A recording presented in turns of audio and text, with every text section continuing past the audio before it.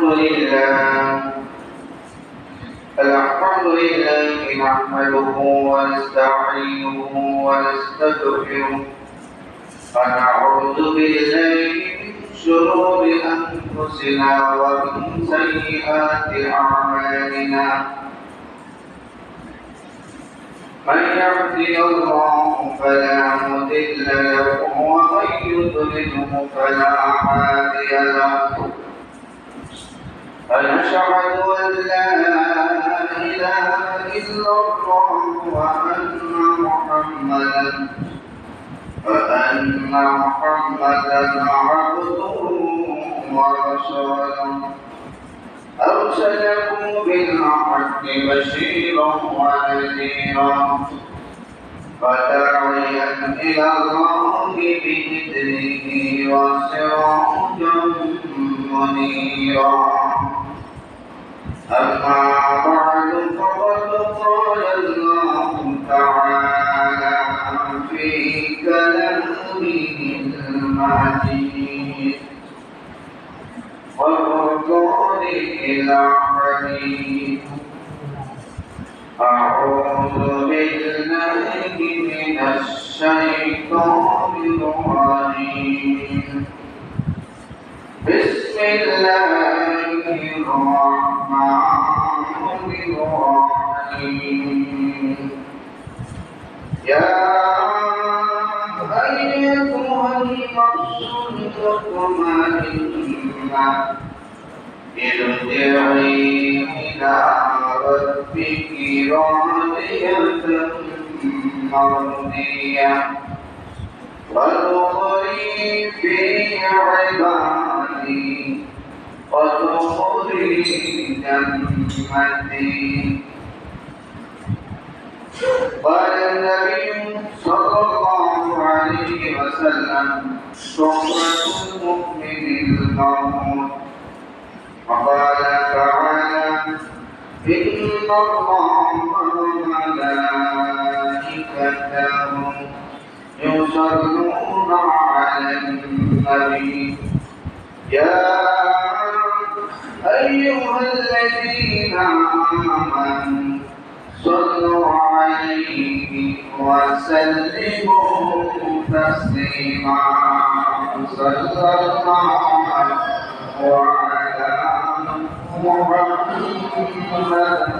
صلى الله عليه وسلم. صلى الله على محمد صلى الله عليه وسلم. فمحمدنا هو سيدنا فالعز لنا لعداوته. صلى الله على محمد صلى الله عليه وسلم. صلى الله على محمد صلى الله عليه وسلم. الشرك عبادته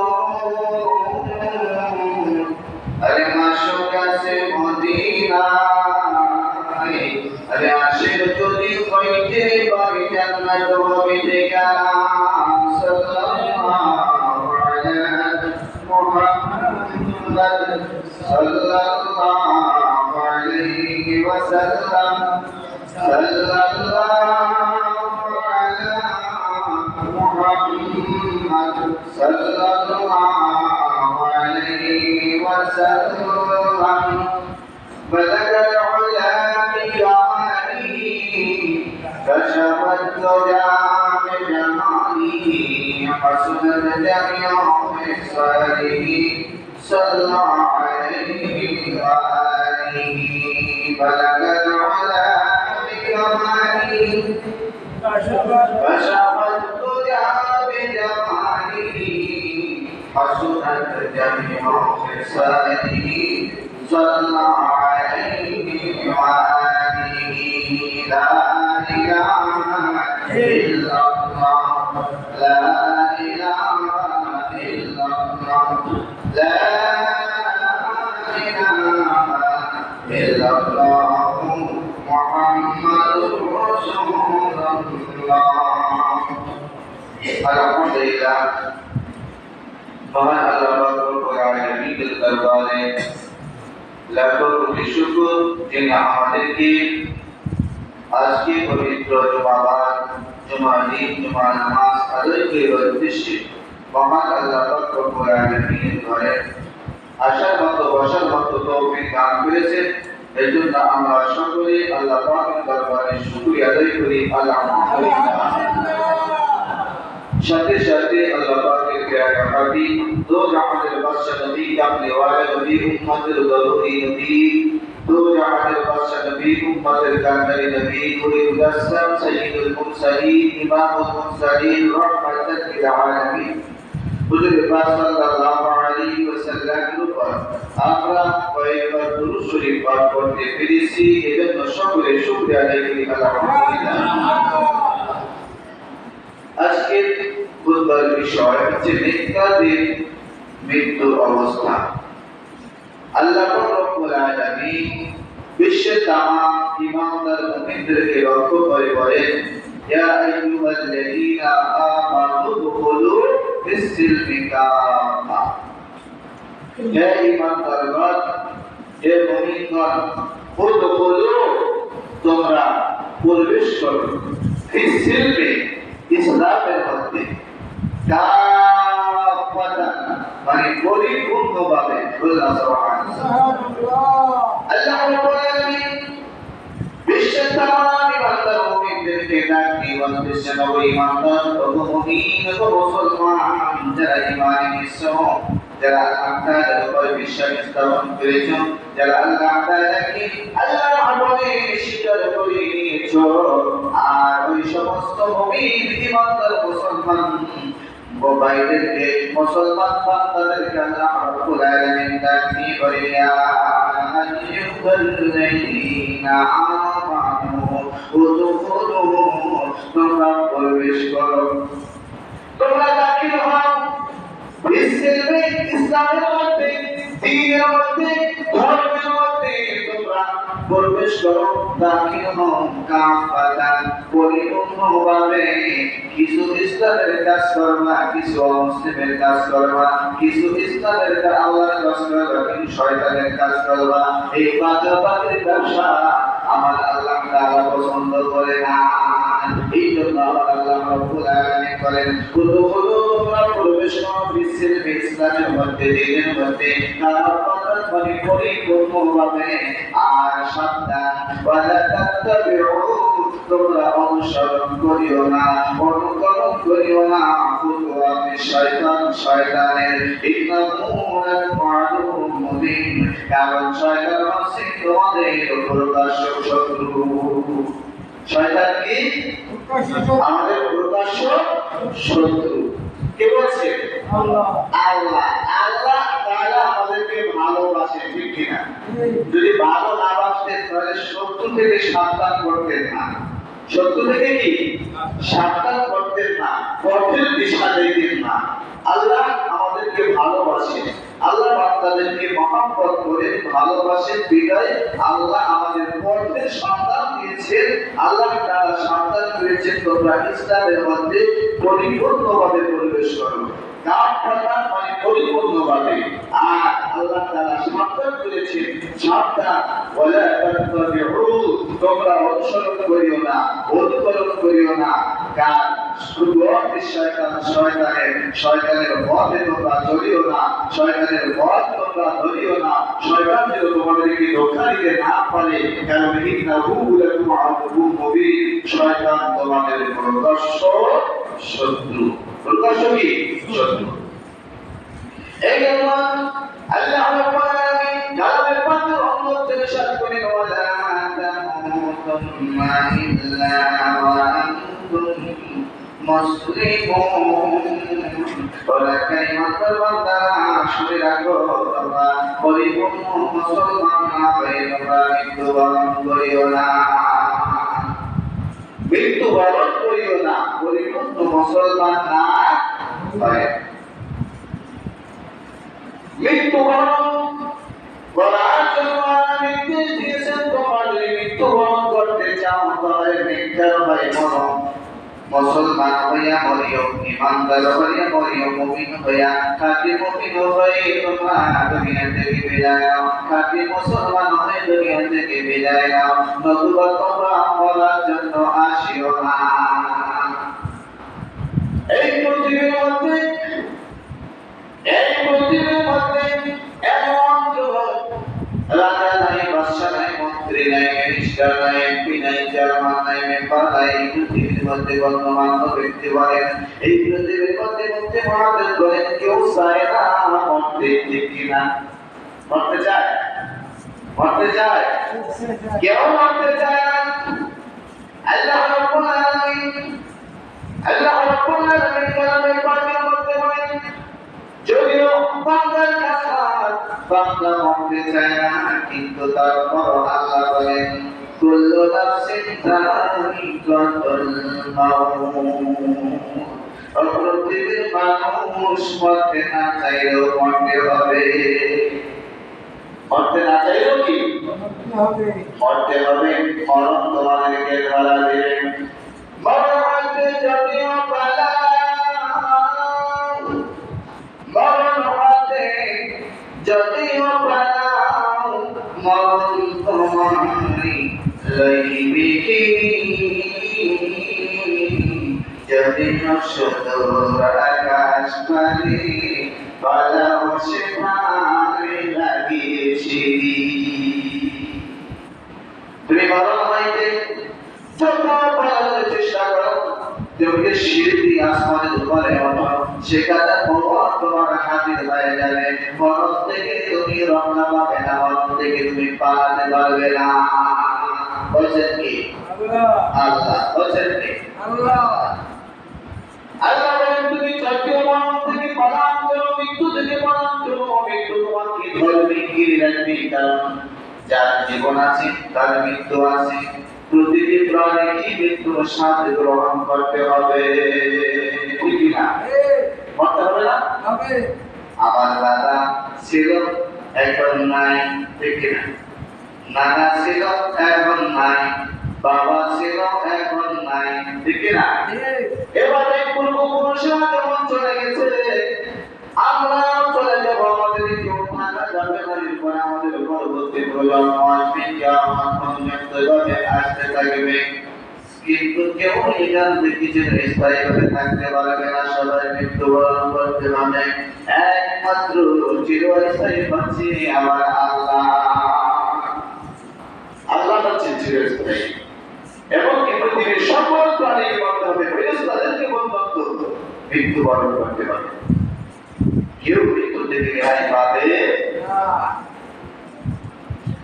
এই জন্য আল্লাহ নবী, বিশ্ব নবী, রাহমাতুল লিল আলামিন নবী, কামলি ওয়ালা নবী হুজুর পাক সাল্লাল্লাহু আলাইহি ওয়াসাল্লাম বলেন, তুহফাতুল মুমিনিল মাউত।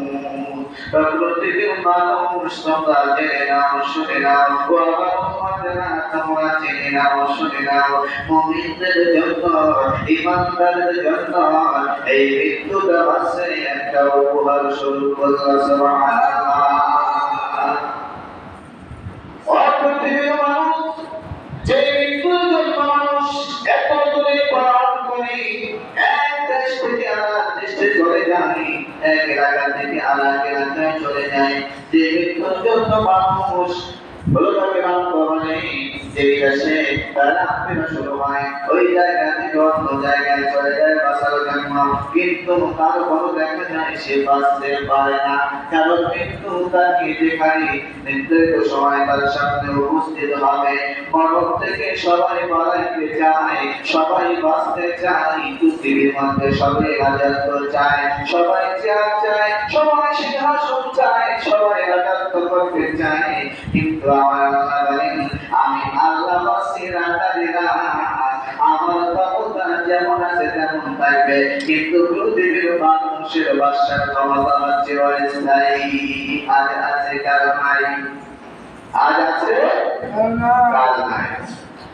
প্রত্যেকদিন মানুষ তোমাদেরকে মৃত্যুবরণ করতে হবে। অতএব তোমরা মৃত্যু চাও না চাও, মৃত্যু মৃত্যুর কাছে তোমরা আসতে চাও না চাও, তবে জেনে রাখো মৃত্যু তোমাদেরকে ধরা দিবে। এজন্য মৃত্যু যেহেতু তোমাদেরকে বাতি হবে, এই জন্য আমরা বলি তোমরা মুসলমান হয়ে মরো, আত্মসমর্পণকারী হয়ে মরো, আমার আল্লাহর কাছে সারেন্ডার করে মরো, আল্লাহর কাছে আল্লাহর সন্তুষ্টি অর্জন করে ঈমানদার হইয়া মুমিন হইয়া পরহেজগার বান্দা হইয়া তোমরা মৃত্যুবরণ করো। তবে উপকারী কি লাভ কি? আমার আল্লাহর রাসূল বলেন লাভ হচ্ছে তোমরাতুল মুমিনিন মাউত, যে মানুষেরা মৃত্যুবরণ করতে চায় না ওই মানুষেরাই আমার মৃত্যুকে উপহার স্বরূপ মনে করে। এই পৃথিবীর মধ্যে যদি কোনো মানুষকে উপহার দেয়, ওই মানুষটা খুশি হয় না বেজার হয়? খুশি হয় না বেজার হয়? খুশি হয়। ও বন্ধুরে, আল্লাহ নবী বলেছেন তোমরাতুল মুমিনিন মাউত, মৃত্যু হচ্ছে মুমিনদের জন্য উপহার স্বরূপ। মৃত্যুতে মুমিনরা খুশি হইয়া যায়, ঈমানদার বান্দারা মরণে খুশি, বাঁচতে রাজি, বাঁচার জীবন বাঁচানোর জন্য খুশি না। ঈমানদার যারা তারা মৃত্যুর জন্য সব সময় প্রস্তুত। আল্লাহর নবী আল্লাহর ভক্ত যারা নেককার বান্দা যারা তারা মৃত্যুর জন্য সব সময় প্রস্তুত। কারণ মৃত্যুটা তাদের কাছে এমন একটা উপহার, এই পৃথিবীর মধ্যে সামান্যতম একটা উপহার হয়ে মানুষ যা খুশি হয়, আর যে মৃত্যুবরণকারী ঈমানদার মুমিনেরা ওই মৃত্যুটা তাদের কাছ থেকে কোটি কোটি গুণ বেশি উপহারের চাইতেও বেশি খুশি হয়ে যায়। বলুন সুবহানাল্লাহ। কারণটা কোথায়? ঈমানদার বান্দার মওত হওয়ার সাথে সাথে আমার আল্লাহ তাআলার দিদার নসিব হয়ে যায়। বলুন সুবহানাল্লাহ। মুমিন বান্দা যারা, ঈমানদার বান্দা যারা, নেককার বান্দা যারা, তাদের মৃত্যুটা হচ্ছে তাদের একটা বাধা। মৃত্যুটা হওয়ার সাথে সাথে তারা আল্লাহর জান্নাত দেখে দেখি দুনিয়া থেকে বিদায় নেয়, এটাই হচ্ছে তাদের জন্য একটা উপহার। আর মৃত্যুর সাথে সাথে আল্লাহর দিদারে ইলাহি তাদের জন্য নসিব হয়ে যায়। বলুন সুবহানাল্লাহ। আল্লাহুম্মা সাল্লি আলা সাইয়্যিদিনা মাওলানা মুহাম্মদ ওয়া আলা আলি সাইয়্যিদিনা মাওলানা মুহাম্মদ। আল্লাহ তুমি দয়া করো, কবুল করো আমাদের। আল্লাহ তুমি দয়া করো, নসিব করো আমাদের। হবিকে নাদা করিয়া, হবিকে নাদা করিয়া নিও না তো করো রে। আল্লাহুম্মা সাল্লি আলা সাইয়্যিদিনা মাওলানা মুহাম্মদ ওয়া আলা আলি সাইয়্যিদিনা মাওলানা মুহাম্মদ। যেটা বলতেছিলাম যে একই মরণের একই মৃত্যু, কেউ মৃত্যুবরণ করতে চায় আর কেউ মৃত্যু থেকে বাঁচতে চায়। কারণ যিনি নেককার তিনি জানেন মৃত্যুর সাথে সাথে তার নিয়ামত তার সামনে হাজির হয়ে যাবে। আর বদকার যারা, নাফরমান যারা, তারা জানে মৃত্যুর পরেই কবরে তাদের আযাব শুরু হয়ে যাবে। এই তারা মরণ থেকে বাঁচতে চায়। ও আল্লাহর বান্দারা, আল্লাহ নবী বলেছেন চরম সৌভাগ্যের মাধ্যম হচ্ছে মুমিনদের জন্য মৃত্যু। মৃত্যুটা হতে দেরি, আল্লাহর নিয়ামতের সুবাহ তাদের সামনে হাজির হতে দেরি হবে না। কবরে রাখতে দেরি, কবরের মধ্যে বেহেশতের নাজ নিয়ামত আসতে মোটেও দেরি হবে না। কারণ আপন বান্দা আল্লাহর মহাপ্রিয় বান্দা যারা, আল্লাহর প্রিয় বান্দা যারা, খাঁটি মুমিন মুসলমান যারা, তারা হচ্ছে আল্লাহর বন্ধু। আর আল্লাহর বন্ধুদের কোনো ভয় নাই, দুনিয়াতেও নাই, পরকাল কবরেও নাই, হাসরেও নাই, মিজানেও নাই, ফুলসিরাতেও নাই। ওই বিশাল 30,000 রাস্তার ফুলসিরাতটা বৃষ্টির আকারে তারা পার হয়ে যাবে। বলুন সুবহানাল্লাহ।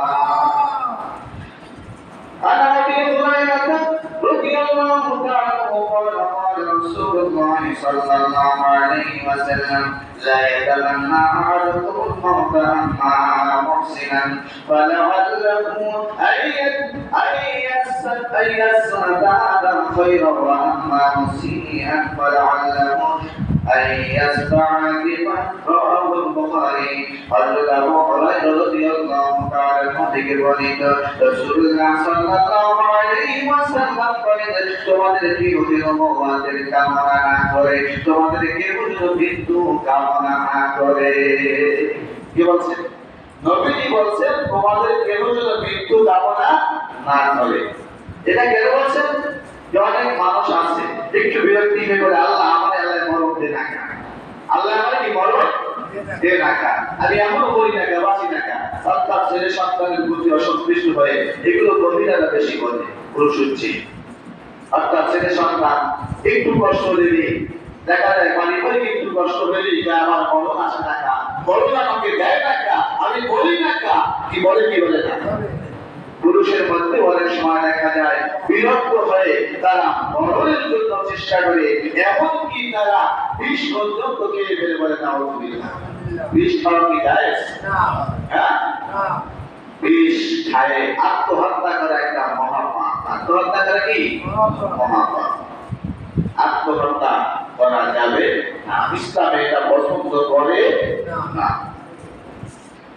আল্লাহ নবী বিশ্বনবী রাহমাতুল লিল আলামিন নবী, কামলিওয়ালা নবী, উম্মতের তরুণী নবী, আমার উম্মতদেরকে লক্ষ্য করে বলে, উম্মতের তোমরা কেউ মৃত্যুর জন্য কামনা করবে না, তোমরা কেউ মৃত্যুর জন্য তোমরা মৃত্যু কামনা করবে না, তোমরা কেউ মৃত্যু নিয়ে তোমরা খেলা তামাশা করবে না। কারণ মৃত্যু তোমাদের আল্লাহর পক্ষ থেকে একটা নির্ধারিত সময় তোমাদের সামনে আসবে।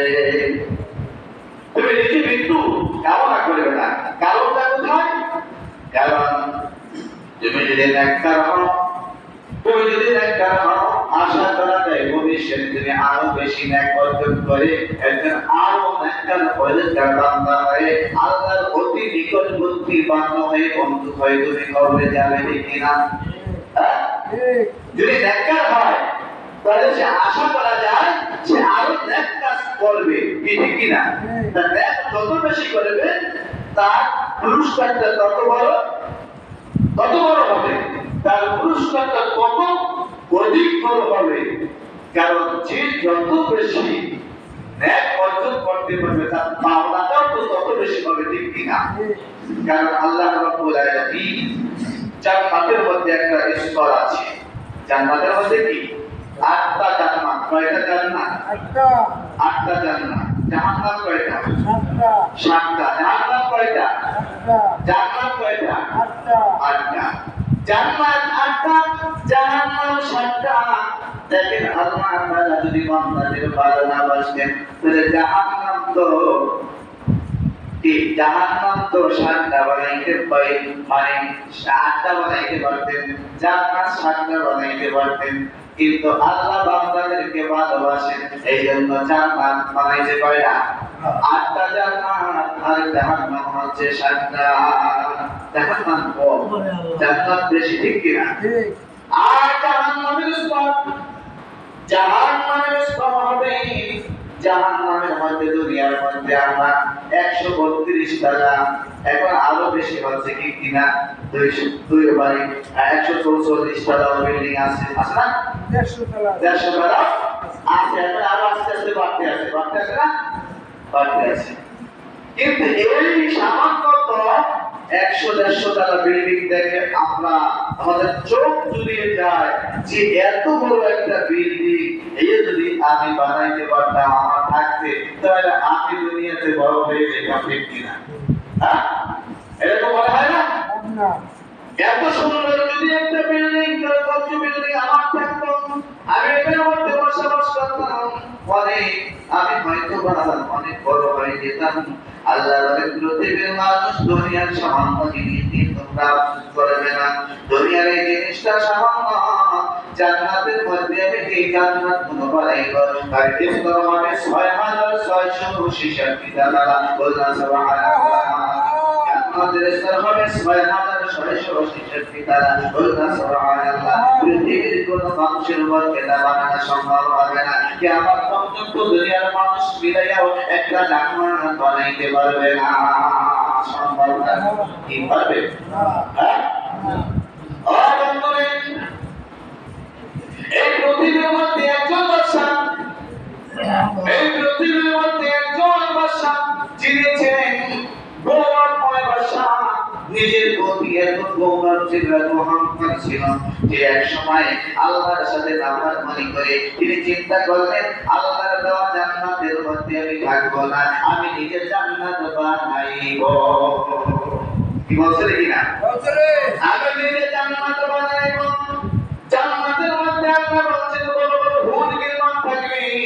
আমি পৃথিবীর মধ্যে সবচেয়ে বড় সুন্দরী, যাদের চেহারা সুন্দর, দেখতে সুন্দর, তাদেরকে এই বালা জান্নাত বানাইয়া তাদের ভিতরে রাখা আমি আমার বানানো জান্নাতের মধ্যে থাকব। এর নাম কি ছিলেন? সাদ্দাত। তার নাম ছিলেন সাদ্দাত। বাদশা সাদ্দাতের জীবন করুণ কাহিনী ছিল। বাদশা সাদ্দাতের জন্ম ছিল একটা করুণ কাহিনী। এদিকে আমি যাব না, সময় বেশি, যেহেতু তোমার দিন, আমি এটা বলতে চাই যে সাদ্দাত যদি জান্নাত বানিয়েছিলেন, দুনিয়ার মধ্যে জান্নাত বানিয়েছেন এত সুন্দর করে কারুকার্য করিয়া একটা জান্নাত, অর্থাৎ আল্লাহ জান্নাতের মতো তুলনাই হয় না, কিন্তু সে নিজে একটা জান্নাত বানাইছে। আল্লাহ তিনি এই অহংকার করছিল যে আমি আল্লাহ জান্নাতে থাকবো, আমি নিজে জান্নাত বানাইয়া তার মধ্যে আমি থাকবো। এই জন্যই আল্লাহ তাকে এই শিক্ষা দিয়েছেন, সে নিজে যেভাবেই হোক একটা জান্নাতি বানাও। যে দুনিয়ার মধ্যে সে একটা চেষ্টা করছে যে যত সুন্দর করা যায় তত সুন্দর করে একটা সেই মহা সুন্দর একটা মানে বালাখানা বানাইয়া তার মধ্যে এই দেশের দেশীয় সুন্দর সুন্দর যেই জান্নাতের মধ্যে আল্লাহ যা যা বলছেন তিনিও তার সম্ভব অনুযায়ী যা যা পাচ্ছেন চেষ্টা করছেন জান্নাতের মধ্যে রেখেছেন। এরপরে তিনি জান্নাতের মধ্যে ঢুকবেন। জান্নাতের মধ্যে কি ঢুকবে? অবন্তরে পৃথিবীর মধ্যে যদি কোনো মানুষ কোনো বড় বড় কিছু বানায়, তখন এই রাজারা বাদশারা যারা আছে তারা আগে উদ্বোধন করে না, এটা উদ্বোধন করতে হলে ভিক্ষা কাটবে কি এই এলাকার এমপি মন্ত্রী অথবা প্রধানমন্ত্রী আইসা ভিক্ষা কাটতে ঢোকে। এবার বাদশা সাদ্দাত জান্নাত তৈরি করলেন, জান্নাতের মধ্যে তিনি ঢুকবেন এই আশা নিয়ে তিনি আসলেন। আল্লাহ বলেন, ও পৃথিবীর মানুষ, তোমাদেরকে কি আমি জানাই নাই জান্নাত তুমি বানাও আর না বানাও, আমি আল্লাহ যাদের জন্য জান্নাত বানাইছি তারা হচ্ছে আমার মুমিন বান্দা, সলিহ মুত্তাকিন বান্দা, পরহেজগার বান্দা, আমার খাঁটি মুসলমান বান্দাদের জন্যই তো আমি জান্নাত বানাইছি। তবে সাদ্দাত তুমি হচ্ছে অহংকারী, তুমি হচ্ছে নাফরমান, তুমি জান্নাত বানাইতে পারো দুনিয়ায়, কিন্তু এই জান্নাতের মধ্যে ঢুকতে আমি আল্লাহ তোমাকে দেব না। ওরে আল্লাহ, ওই সাদ্দাত জান্নাত বানাইয়া যখন জান্নাতের মধ্যে ঢুকবেন একটা পা দিয়েছেন, অমনি আজরাইল এসে কাঁপতে কাঁপতে ধরে ফেলেছেন। আজরাইল বলতেছে, সাদ্দাত তোমার সময় শেষ হয়ে গেছে, আর এক কদম সামনে তুমি দিতে পারবে না, এক কদম সামনে তুমি দিতে পারবে না, কারণ তোমার সময় শেষ। বন্ধুরা, আজরাইল এসে তার জান কবজ করে নিয়েছিল, নিজের জান্নাত বানাবার পরেও জান্নাতের মধ্যে ঢুকতে পারে নাই। অতএব আমার আল্লাহ রাব্বুল আলামিন পৃথিবীর মানুষ ক্ষমতা চিরস্থায়ী নয়, এটা স্থায়ী নয়, ক্ষমতা চিরস্থায়ী নয়। চিরস্থায়ী ক্ষমতা মানে হচ্ছে একমাত্র আল্লাহ তাআলা। অতএব সাবধান হয়ে যাও, তোমরা খাঁটি মুসলমান হয়ে যাও, পুরো মুমিন হয়ে যাও, আল্লাহর খাঁটি রাসূলের খাঁটি উম্মত হয়ে যাও, নতুবা জান্নাতের আশা করা যাবে না। জান্নাত যদি পাইতে চাও, নেক কাজ দিয়ে তোমাদের জীবনটাকে সাজাও, নেক কাজ দিয়ে জীবনটাকে সাজাও, ইসলামের মধ্যে পরিপূর্ণভাবে প্রবেশ করো। এক লোক ইহুদি থেকে মুসলমান হয়েছে, ইহুদি থেকে মুসলমান হওয়ার পরে শনিবার দিন ইহুদি ধর্মের শনিবার দিন তারা ইহুদিদের একটা কিছু উপাসনা ছিল, শনিবার তারা উপাসনা করত। তিনি শনিবার দিন উপাসনা করার জন্য নিয়ত করছেন। নবীজি বলেন, না তুমি যেহেতু ইসলামের মধ্যে প্রবেশ করেছো, তোমার পিছনে ধর্মের সব কিছু বাতিল, ওটা আর করা যাবে না। পরিপূর্ণভাবে ইসলাম যা বলে, ইসলাম যা চায়, আল্লাহ যা চায়, নবী যা বলেছেন সেটাই তোমাকে করতে হবে। এটাই বাধ্যতামূলক তোমার জন্য। তুমি নিজ ইচ্ছায় যদি কোনো কিছু করতে চাও তাহলে সেটা হবে শয়তানি। অর্থাৎ মন চায় জিন্দেগি, এটাই হচ্ছে সম্পূর্ণ শয়তানি। আর রব চায় জিন্দেগি, এটাই হচ্ছে নেককার বান্দাদের পথ। আল্লাহ সুবহানাহু ওয়া তাআলা রব চায় জিন্দেগি, অর্থাৎ আমার আল্লাহ চায় বান্দা নামাজ পড়ো, শয়তান কয় নামাজ মন চায় এখন নামাজের সময় তাই নামাজ পড়ে করবো অনেক, এখন যাই একটু এই খেলা, একটা খেলা চলতেছে অথবা নাচ গান চলতেছে, এটা দেখে আসি। মন চায় নাচ গান দেখার জন্য, রব চায় নামাজ পড়তে আসো। এখন শয়তান বলে যাও গান বাজনার দিকে, ওই দিকে নিয়ে যাবে, আর আল্লাহ বলে যাও নামাজে। এখন নেককাররা আল্লাহর কাজে লাভিত হয়, অর্থাৎ নামাজের জন্য লাভিত হয়, আর মন চায় জিন্দেগি শয়তানি, এটা শয়তানের দিকে পথ করা হয়। এই জন্য মুমিন বান্দাদেরকে ডাক দিয়ে বলে, মুমিন মনটা তোমার না, এই মনটাও তো আল্লাহ, দেহটাও আল্লাহ, জীবন জৈবনটাও আল্লাহ, অর্থাৎ এই তোমার সবকিছু আল্লাহ, চলবে আল্লাহর পথে। তোমার পথে চলার কোনো ক্ষমতা তোমার নাই। তোমার কোনো ক্ষমতা নাই, আছে? আমার কোনো ক্ষমতা আছে? নাই।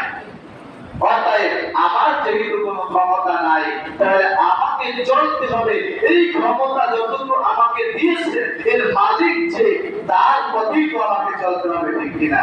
এই জন্য রব চাই জিন্দেগি, এটাই হচ্ছে নেককার বান্দাদের পথ, আর মন চাই জিন্দেগি, এটা হচ্ছে শয়তানের পথ। মন সবকিছুই চাইতে পারে, কিন্তু সেটা পূরণ করা যাবে না, কিন্তু রব যেটা চায় সেটাই পূরণ করতে হবে। তার মধ্যেই কল্যাণ নিহত, তার মধ্যেই নিয়ামত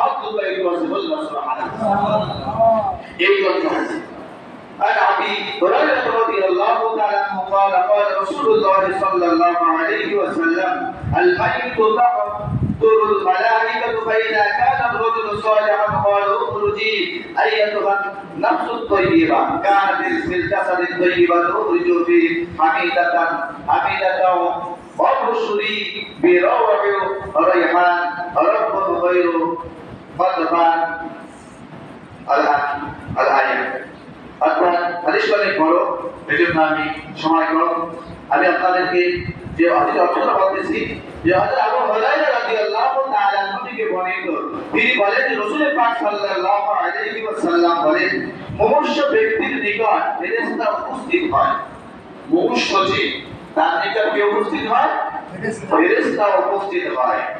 যদি সেই ব্যক্তি নেককার হয়, সেই ব্যক্তি আল্লাহ ওয়ালা হয়, নেককার বান্দা হয়, পরহেজগার বান্দা বান্দি হয়, তাহলে ফেরেশতাগণ বলেন, বেরো ভাই এসো, হে শান্তি প্রাপ্ত আত্মা। আল্লাহ বলেন, ইয়া আইয়ুহান নাফসুল মুতমাইন্না, হে শান্তি প্রাপ্ত আত্মা, বেরো ভাই এসো, তোমরা চলে এসো, ইলা রাব্বিকি রাদিয়াতাম মারদিয়া, তোমার রবের সন্তুষ্টির দিকে তুমি চলে আসো। আল্লাহ সুবহানাহু ইলা রাব্বিকি রাদিয়াতাম মারদিয়া ফাদখুলি, তোমরা প্রবেশ করো ফাদখুলি ফি ইবাদি ওয়াদখুলি জান্নাতি।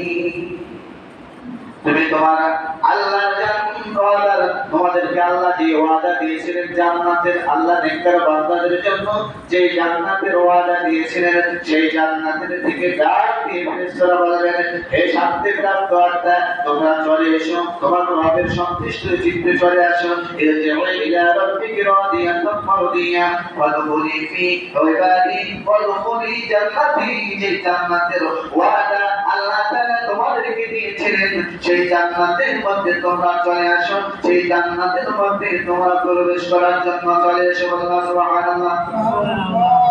আল্লাহ রাব্বুল আলামিন এই জন্য ফেরেশতারা মুমুক্ষু ব্যক্তি যদি নেককার হয়, তার পাশে ফেরেশতা এসে বলে, শান্তিপ্রাপ্ত আত্মা চলে এসো, তোমরা তোমাদের পবিত্র দেহের মধ্যে বের হয়ে এসো, তুমি প্রশংসার সাথে আর সুসংবাদ গ্রহণ করো। সুখ শান্তি ও সুখান্তের বিশেষ করে তোমার প্রতিপালক তোমার প্রতি পরোধহীন এবং